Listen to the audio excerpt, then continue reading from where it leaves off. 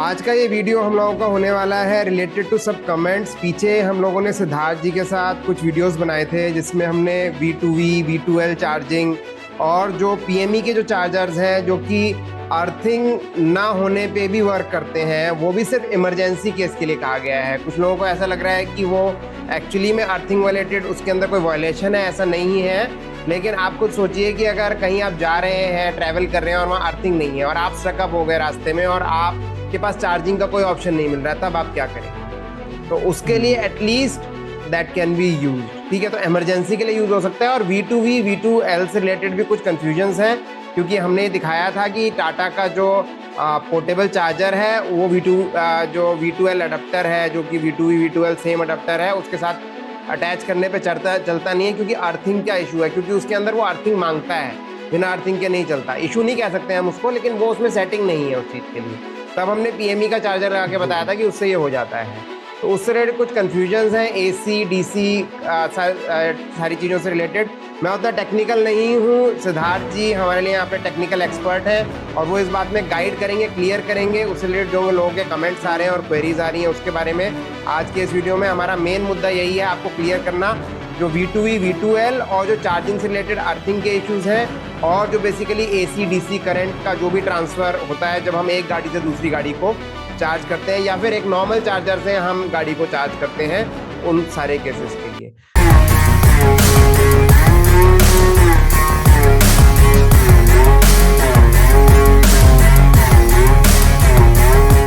तो मैं स्वागत करता हूं सिद्धार्थ जी का, जो कि हमारे साथ हैं, डायरेक्टली कनेक्टेड है अहमदाबाद से और उन्होंने टाइम निकाला अपने बिजी शेड्यूल में से और आप लोगों के लिए जो भी क्वेरीज हैं उनको आज जो हमने डिस्कस किया उसको टेकअप करेंगे।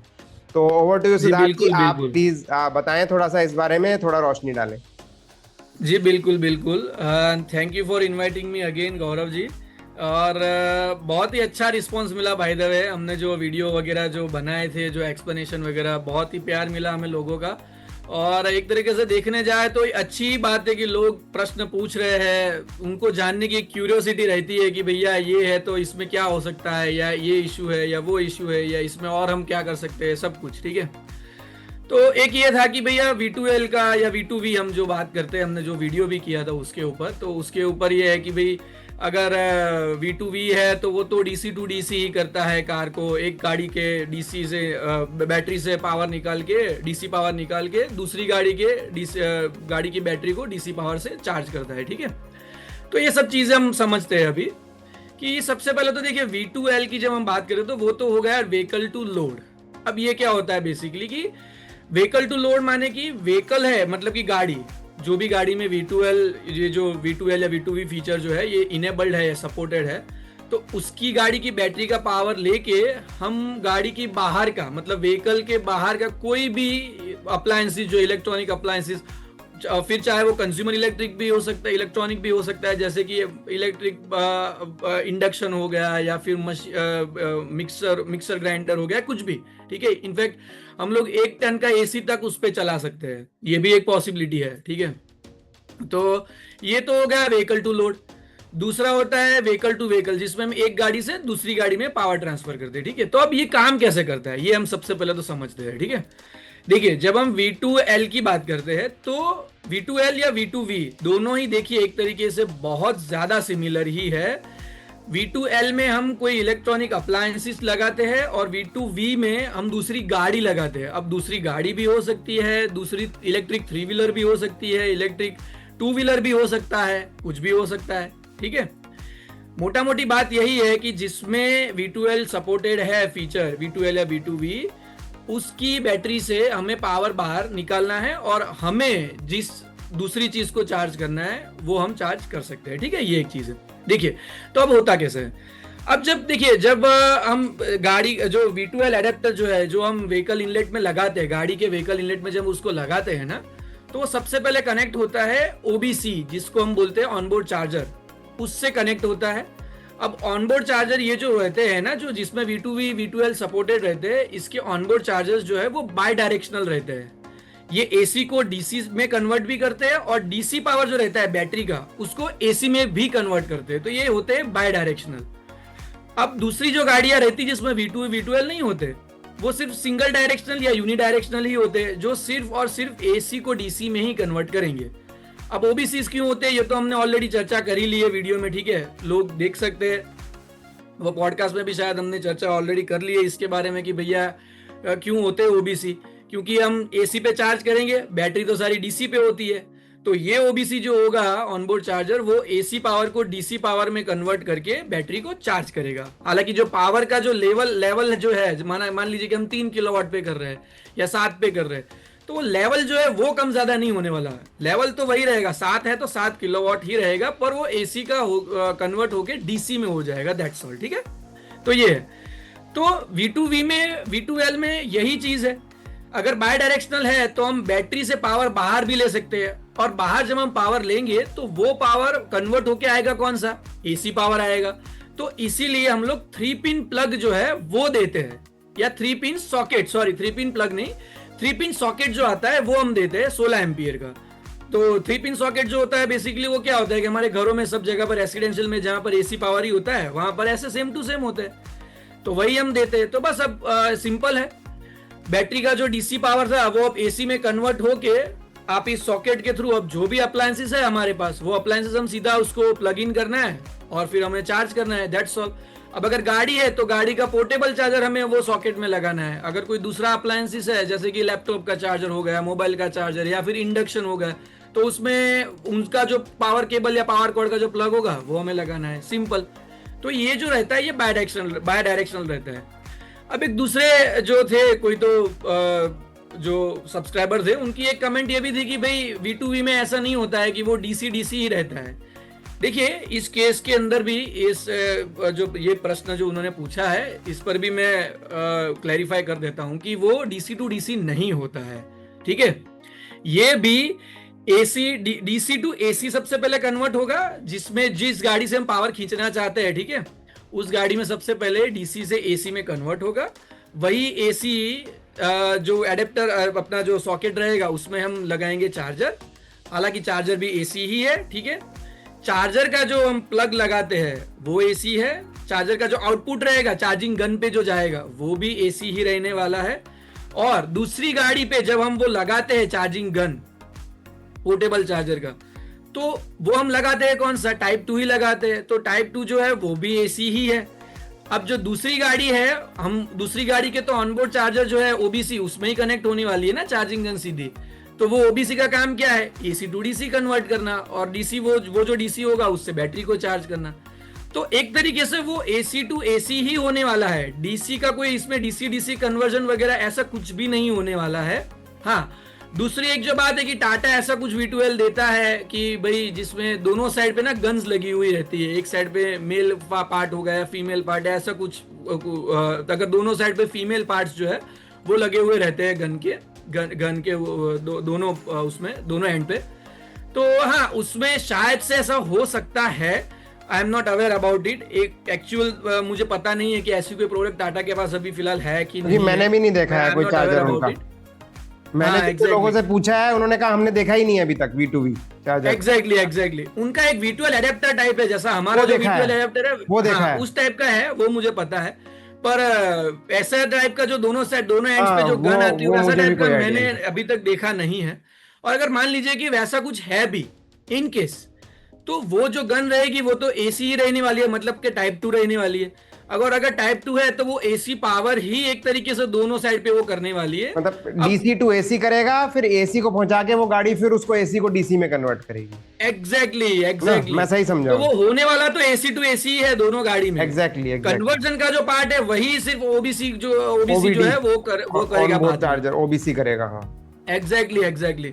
तो ये जो लोगों का एक माइंडसेट है ना कि भैया डीसी टू डीसी होता होगा V2V से, तो ऐसा कुछ भी नहीं है, वो भी एसी टू एसी ही है। अगर मैं बीच में आपको वो करना चाहूंगा इंटरप्ट, लेकिन जैसे अगर डीसी चार्जिंग होती तो उस केस में फिर पूरे दोनों जो पोर्ट्स हैं वो यूज होते, खाली TCS2 नहीं होता। फिर वो चार्जर जैसे हम डीसी चार्जर पे बड़ा वाला पोर्ट दोनों हटा के करते हैं तब वो यूज होता उस केस में। एग्जैक्टली बिल्कुल सही, क्योंकि इस केस के अंदर तो डीसी का तो कोई रोल ही नहीं आता है। पूरा एसी का ही पार्ट है, ठीक है। हम जो V12 अडेप्टर लगाते हैं वो भी टाइप 2 का रहता है, दूसरी साइड पे जो चार्जर का जो चार्जिंग गन रहेगा वो भी टाइप 2 ही रहने वाला है। तो ये तो पूरा जो पार्ट है वो एसी ही पार्ट है, तो इसमें ये कोई भी डीसी क्लियर, डीसी का ये वगैरह ऐसा बात कोई मेरे को लग कन्वर्जन रहा वगैरह है, नहीं आएगा, ये जो भी। हाँ मेरे को लग रहा है ये बात आपने बहुत क्लियरली समझा दी, और ये सबको अब क्लियर होगा, इसमें कोई कंफ्यूजन नहीं रहेगा। Exactly exactly. एक और हमें चीज डिस्कस करनी थी, वो जो अर्थिंग वाला जो था, जो अपने पीएमई के चार्जर में अर्थिंग के बिना भी ले लेता है, उस पे आएंगे। हाँ। उससे पहले एक छोटा सा क्वेश्चन अभी रन टाइम पे आ गया, मेरे दिमाग में कुछ क्वेश्चन आते रहते हैं कि मतलब मुझे लगता है सब्सक्राइबर्स ये पूछ ही लेंगे आज नहीं तो कल। तो क्यों नहीं क्यों तो नहीं। एक क्वेश्चन मेरे दिमाग में ये आ गया कि जो डीसी चार्जर से हम जो बड़े वाले चार्जर्स हैं उनसे डीसी चार्जिंग करते हैं, तो उसमें तो कोई कन्वर्जन होता नहीं है, उसमें तो डीसी से नहीं डीसी चला जाता है, डीसी से देखिए, डीसी। उसमें जो कन्वर्जन होता है ना वो चार्जिंग स्टेशन के लेवल पर हो जाता है। अच्छा, नहीं अब तो चार्जिंग स्टेशन चार्जिंग आप कोई भी। हाँ चार्जिंग गन बोलिए। तो डीसी ही भेजती है ना पावर। एग्जैक्टली उसमें भी हालांकि कैसा है कि चार्जिंग गन जो रहता है ना वो डीसी रहता है, और सीधा वो डीसी पावर ही आपके गाड़ी के बैटरी को ही सीधा जाने वाला है उस मेरा केस के अंदर। मेरा क्वेश्चन ये नहीं है, वो तो आप समझ गए बात। मेरा क्वेश्चन ये है, आप वैसे आप जानते हैं इसको बहुत ज्यादा, ऐसे ही दिमाग में आया इसलिए पूछ रहा हूँ कि जो डीसी से डीसी को चार्ज करना या एसी से कन्वर्ट होकर डीसी में चार्ज होना, किस केस में बैटरी ज्यादा अच्छी रहती है? देखिए, मेरे हिसाब से एसी टू डीसी में जैसे आप करेंगे ना तो उससे बैटरी की जो लाइफ है ना वो मुझे लगता है और ज्यादा अच्छी रहने वाली है, ठीक है। अब वो मैं इसलिए बोल रहा हूं क्योंकि एसी टू डीसी जब हम करेंगे तो इसका मतलब हो गया कि हम लोग एसी चार्जर से चार्ज करने के बारे में बात कर रहे हैं, ठीक है। तो एसी चार्जर्स में कैसा है कि ऑनबोर्ड चार्जर की कैपेसिटी एक लेवल के बाद कोई देगा नहीं, मतलब कोई भी कंपनी, क्योंकि एक लेवल तक ही वो लोग ऑनबोर्ड चार्जर के जो कैपेसिटी ऑनबोर्ड चार्जर जो है वो देने वाले। जैसे कि अभी हाई एंड मॉडल्स हो गए, जैसे कि BMW है, मर्सिडीज है, फिर अपना ऑडी ई-ट्रॉन वगैरह जो हो गए, उसमें 22 किलोवाट सपोर्ट करती है ऑनबोर्ड एसी चार्जिंग, ठीक है। हाँ एसी चार्जिंग, क्योंकि उनके बैटरी पैक्स भी उसी हिसाब से बड़े होते हैं, जैसे कि 80 किलोवाट 85 किलोवाट होते हैं, ठीक है। तो उसको वो भी चार्ज करने में आपको हालांकि 4 से 5 घंटे 4 से 4.5 घंटे कम से कम लग जाएगा, 22 से भी किया तो, ठीक है। तो इसलिए ये होता है।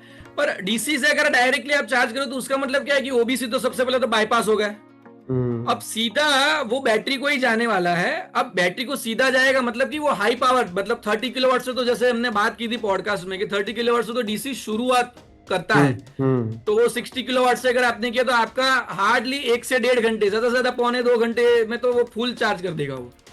तो होगा ये कि चार्ज तो आप डीसी से भी कीजिए या फिर एसी से कीजिए, फर्क उसमें इससे नहीं पड़ेगा, फर्क इससे पड़ेगा कि आप डीसी में या फिर एसी में कितने पावर पे आप चार्ज कर रहे हो और आपकी जो बैटरी है वो कितने घंटे में कितने टाइम में वो चार्ज हो रही है।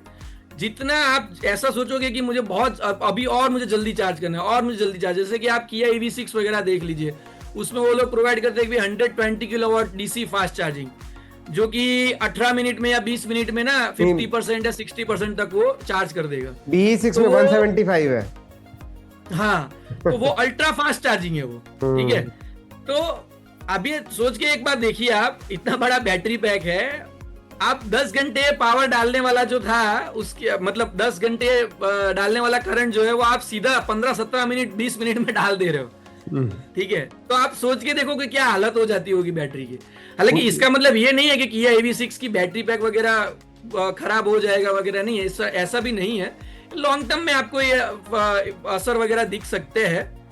इसमें बेसिकली क्या होता है कि अगर आप अल्ट्रा फास्ट चार्जर यूज भी कर रहे हो तो हर एक गाड़ी में एक दूसरा ये भी फीचर आता है कि भैया बैटरी के कूलिंग चैनल्स जो रहते हैं ना वो उस हिसाब से उसको ऑप्टिमाइज करते हैं। अगर उनको जरूरत पड़ी तो वो फोर्स कूलिंग भी शुरू कर देते हैं। तो आपने कभी कभी देखा होगा कि चार्जिंग के टाइम पे ना टाटा में, महिंद्रा में, किसी भी गाड़ी में बहुत आवाज, फैन वगैरह शुरू हो जाते हैं, बहुत तेज आवाज आती है, मैंने रिकॉर्ड भी किया, बहुत तेज आवाज आती है। तो वो उसका रीजन यही है कि भाई वो उसको ऑप्टिमाइज करने के लिए क्या है कि फोर्स कूलिंग वगैरह शुरू कर देते हैं वो लोग। तो कि क्या है कि बैटरी का टेम्परेचर ना बढ़े और उसको हम ऑप्टिमाइज एक पर्टिकुलर एक टेम्परेचर के टॉलरेंस में ही हम लोग रखे उसको, ठीक है। क्लियर, तो ये एक पॉइंट है। क्लियर। अब जो मेन हमारा क्वेश्चन था दूसरा आज के इस वीडियो का, बेसिकली वो यही था जो करंट अर्थिंग वाला था, उसको थोड़ा सा और क्लियर करिए, क्योंकि टाटा या बाकी कोई भी चार्जर्स आ रहे हैं पोर्टेबल, उनमें अर्थिंग नहीं है तो वो नहीं चलेगा। वो सेफ्टी हाँ फीचर है, मैं समझ रहा हूँ उस बात सेफ्टी को। फीचर। लेकिन हाँ हमने हाँ उसको पीएमई चार्जर में दिया है और उसको इंडिकेट किया है, बताया है कि अर्थिंग नहीं है, तो कुछ लोगों हाँ का ये कहना है कि ये रिस्की है, ये जो बना दिया। एग्जैक्टली। तो ऐसा क्या देखिए, है? हाँ इस केस के अंदर ना मुझे भी बहुत सारे लोगों ने ये पूछा हुआ है, इससे पहले भी, पॉडकास्ट के पहले भी, पॉडकास्ट के बाद तो हालांकि एक तरीके से आप देखने जाओ तो बाढ़ ही आ गई थी। सब लोग एक तरीके से कि सर हमें दे दो, अर्थिंग के बिना चल रहा है तो हमारे लिए बहुत फायदे कारक है। अरे मैं उनको बोलता हूँ कि भैया देखिए ये रेगुलर चार्ज करने के लिए नहीं है, अर्थिंग के हम्म। बिना आप रेगुलर इसे कभी भी चार्ज मत कीजिए। ठीक है, अर्थिंग बेसिकली क्यों देते हैं, अर्थिंग बेसिकली होता क्या है कि एक लो रेजिस्टेंस पाथ प्रोवाइड करता है ग्राउंड तक।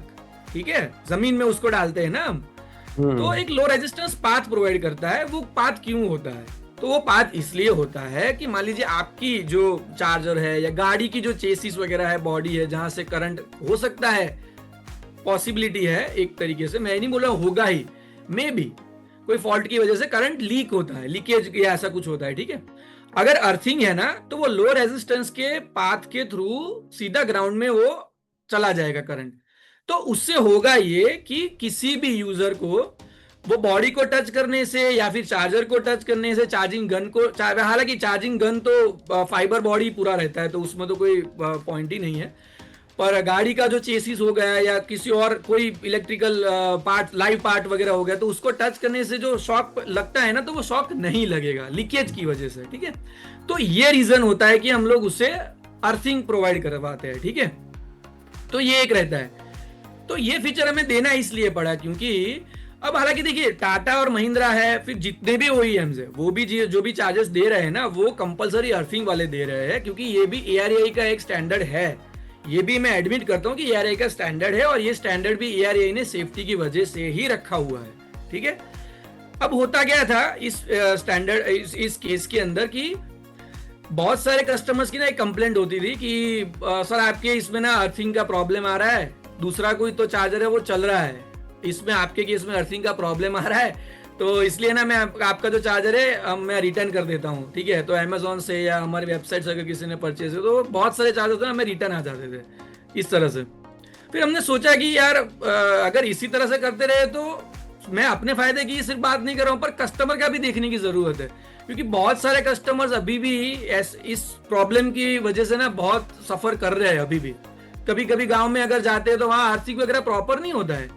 ठीक है, तो वहां उन लोगों को बहुत दिक्कत आती है। तो ये जो फीचर है ये हमने इसीलिए सिर्फ रखा हुआ है कि आप इमरजेंसी में, मान लीजिए आप कहीं पर रोड ट्रिप के लिए जा रहे हो या इंटरसिटी ट्रैवल कर रहे हो, बीच में आप कहीं पर रुके, अगर आपको फास्ट चार्जिंग नहीं करना है, आपको स्लो चार्जिंग करना है, कहीं होटल वगैरह रेस्टोरेंट वगैरह में रुके, तो ठीक है, तो उस केस के अंदर मान लीजिए अगर आपके पास वहां पर अर्थिंग प्रॉपर नहीं है, ठीक है, तो उस केस के अंदर आप कुछ टाइम के लिए आप चार्ज कर सकते हो। ये भी क्या है कि भाई आप 3-4 महीने 6 महीने में एक आध बार अगर आपने इस तरह से बाहर करोगे, गए इससे हो ज्यादा तो नहीं करोगे। एग्जैक्टली ये रेगुलर चार्जिंग के लिए नहीं है, मैं यही बोल रहा हूँ। रेगुलर चार्जिंग जैसे कि आपका घर हो गया, ठीक है, तो मैं सारे कस्टमर्स को यही सजेस्ट करता हूँ कि अगर घर है आपका और आप रेगुलरली वही, घर या फैक्ट्री जो भी है, अगर आप रेगुलरली वहीं पर चार्ज करने वाले हो तो सबसे पहले अर्थिंग जो है वो अर्थिंग टॉप लगवाओ। नॉच लेवल का करवा लो। तो उससे क्या है कि आपको कभी भी कोई भी दिक्कत नहीं आएगी। ये फीचर सिर्फ इसीलिए है कि आप आपकी फैसिलिटी से कहीं दूर जा रहे हो, कहीं और अननोन लोकेशन है, आपको पता नहीं है कि भी क्या होगा क्या नहीं, तो वहां पर अगर आप लगा रहे हो और वहां पर अर्थिंग का प्रॉब्लम है। और दूसरा क्या है कि हम लोगों ने ये, अगर अर्थिंग नहीं है ना तो स्क्रीन पे सबसे पहले रेड लाइट आता है, सबसे पहले, और वहां पर लिखा हुआ भी आता है कि पीई एरर। ऐसा नहीं है कि हम लोग उसको बता दें, नोटिस ही नहीं करता चार्जर। हाँ, उसको सबसे पहले हाईलाइट कर देते हैं कि भैया देखिए अर्थिंग नहीं है यहाँ पर। ठीक है, तो आप, ठीक है, अभी के लिए आप चार्ज कर लीजिए, पर ध्यान रखिए, फिर भी ध्यान रखिए एक तरीके से। ठीक है, तो ये एक पॉइंट है कि अगर अर्थिंग नहीं है कभी कभार तो आप यूज करें इसे, बेहतरीन चार्जर है, आपको कभी दिक्कत नहीं आएगी, कहीं पर इमरजेंसी वगैरह है तो आपको कभी भी प्रॉब्लम नहीं आएगा। क्योंकि अगर अर्थिंग कंपलसरी है, ठीक है, एक तरीके से अच्छा भी है, पर उसके भी डिसएडवांटेज यही है कि अगर कंपलसरी है तो अगर अर्थिंग वहां पर प्रॉपर नहीं रहा फैसिलिटी पे, फिर आप कैसे चार्ज करोगे? फिर आप कैसे चार्ज करोगे? अगर आसपास में लेकिन कहीं मेरा कहना यही है तो कि जो मेरा अपना भी एक्सपीरियंस है, पोर्टेबल चार्जर नॉर्मली हम इमरजेंसी में ही यूज करते हैं। अगर रेगुलर Exactly. कर रहा है, अगर होम चार्जर नहीं लगाया उन्हें, वॉल चार्जर, तो वो अलग बात है, तो वो अपने घर में चार्जिंग के लिए लगाए। पोर्टेबल नॉर्मली हाँ इसलिए कि हम बाहर जाएं घूमने के लिए और रास्ते में हमें चार्ज करना पड़े तो चार्ज हो जाए, तो उसके अंदर एग्जैक्टली अगर और ये दूसरी फीचर बात। है तो वो एक हम्म एडवांटेज है, वो कोई डिसएडवांटेज नहीं है किसी भी तरीके से, एग्जैक्टली। है ना।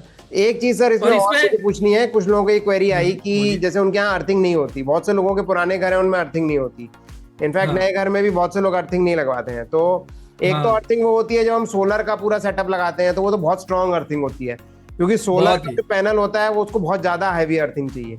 इसके लिए जो मेरे से लोगों ने पूछा तो मैंने यही सजेस्ट किया कि जो भी आपके जिसने इलेक्ट्रिकल वायरिंग की है, जो इलेक्ट्रिशियन है, उससे आप बात करो, और कुछ भी बहुत मेजर नहीं करना है। वो कॉपर रॉड्स आती हैं और कुछ आप एग्जैक्टली स्पेसिफाई कर सकते हैं कितनी मोटी वाली कॉपर वो चाहिए होती है उसके लिए, और कितनी डीप डालना है। नहीं, इसमें तो हालांकि डिपेंड करता है कि कस्टमर कौन सी परचेज करते हैं।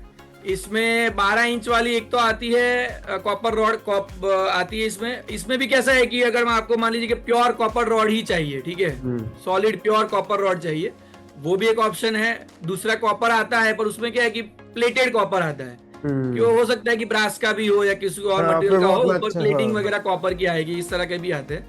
तो हालांकि अर्थिंग रॉड जो है वो आप कोई भी ये यूज कर सकते हैं, इसमें कोई ऐसा और कितना स्टैंडर्ड डीप है तक वो तो जाना है चाहिए नहीं। अर्थिंग रॉड, हाँ, कितना डीप तक जाना चाहिए अर्थिंग रॉड, कुछ ऐसे ही अब देखिए टेंटेटिवली? इसमें भी क्या है कि आप मेरे हिसाब से मुझे लगता है कि आप 2 या 2.5 फुट के आसपास आप उसको हम्म, अंदर डाल दीजिए प्रॉपर अंदर तरीके से, ठीक है। ग्राउंड में तो मुझे नहीं लगता है कि कोई इश्यू होगा। आप इससे अंदर ज्यादा डाल जरूरत दीजिए प्रॉपर तरीके से, मिट्टी वगैरह उसको कवर करके उसको अच्छे से वो कर दीजिए, तो मेरे हिसाब से अर्थिंग जो है आपका प्रॉपर हो जाएगा, मतलब ठीक है। अल्टीमेट मेरा मतलब ये था पूछने का कि अर्थिंग लगाना कोई ना तो बहुत कॉस्टली चीज है और ना ही इम्पॉसिबल है। बहुत बिल्कुल। इजीली अपने इलेक्ट्रिशियन को जो वायरिंग करता है घर की, वो आराम से एक अर्थिंग कॉपर रॉड ला करके कनेक्ट कर सकता है, और फिर अपना जो वायरिंग चैनल है डेफिनेटली। उसमें वो कनेक्ट कर देगा उसको, सिंपल। हाँ, और दूसरी और सबसे इंपॉर्टेंट चीज क्या है कि अगर आप टाटा की कोई गाड़ी लेते हो या महिंद्रा की या BYD की कोई भी, तो उसमें वो लोग जितने भी मेजोरिटी OEMs ये प्रोवाइड करते हैं कि अगर आपने गाड़ी उनसे परचेज की है, आपको चार्जर इंस्टॉल करवाना है, तो उनके टाइप्स रहते हैं।